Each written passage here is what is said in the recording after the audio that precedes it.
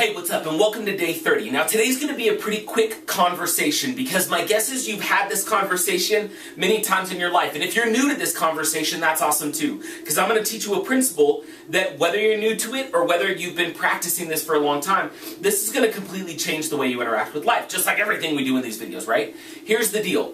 Results reactors view failure as failure. Results creators only view experiences of what we might call failure as stepping stones to success. So here's what that means. So often, you guys, we do this thing where we feel bad because we feel like we failed. And believe me, I've been there many times in my life.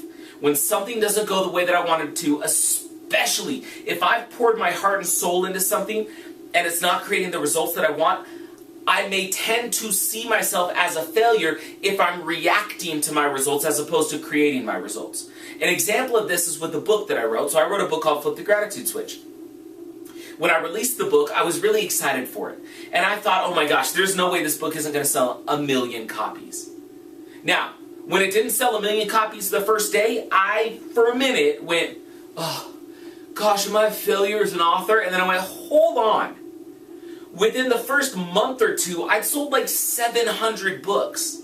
Now listen, 700 books may not sound like a lot, but for a self-published author who really didn't have a huge sphere of influence and didn't have a big publisher backing me, I went, wait a second, whoa, what does that mean?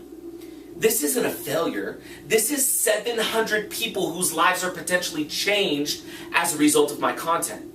And then sure enough, results started to pour in. People saying, this was incredible. This changed my life. What you said here was a big difference maker for me. This came to me at exactly the time that I needed it to come to me. And then I would go and look at my results in terms of dollars.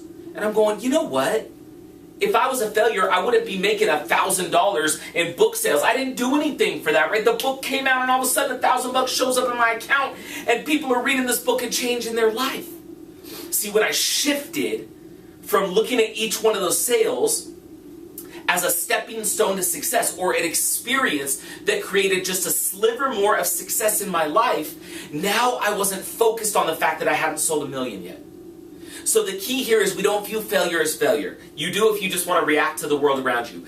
If you want to create results, you view failure as a stepping stone to success. All the greats do it this way. You look at Abraham Lincoln, go look up how many times he failed before he finally succeeded and became president. He was one of the most failed, quote-unquote, failed individuals ever, but each time was a stepping stone to success. What are we saying here? We're saying that you are not going to view failure as failure anymore. From now on, failure doesn't exist. What does exist is a stepping stone to success. Michael Jordan, we all know, got cut from his basketball team, went and got stronger, worked harder, and guess what? Became the best basketball player ever, right? So here's the result that I want you to achieve today. First of all, you've got to become clear on what these things are that you call failures, and then we got to shift your relationship with them. So I want you to keep what, for now, the shorthand term is going to be a failure journal. So what a failure journal is if you have things that happen throughout the day that you perceive as a failure, I want you to write them down, okay? Once you write it down, I don't want you to just keep it there and go, hey, look at how it failed. What I want you to do is say, whoa, okay, failure. Wait, that's not a failure. Where's the success in it? Just like I did with my book. I didn't sell 1 million copies. I'm a failure. Heck, I didn't even sell 1,000 copies today. I'm a failure. I didn't sell 100 copies today. I'm a failure. Whoa. Wait a second. I sold 78 copies. 78 is more than 77, and it sure as heck is more than 0. Man, I am on my way to a massive success. I did something that was a stepping stone to additional success. So, keep a failure journal. Write down the quote-unquote failure, whatever that is. It could be small, it could be big. Whatever it is, write it down. You could go back in your life and look at what you perceive to be big failures in your life. Awesome. You could write it throughout the day. Little things, you lost that sale or that conversation didn't go as well as you wanted it to. You might perceive it as a failure. Write it down, then pause and figure out what you learned from it, what the positive is, how you could view it as a stepping stone to success. And you will start to become more and more of a results creator. And we'll see you tomorrow.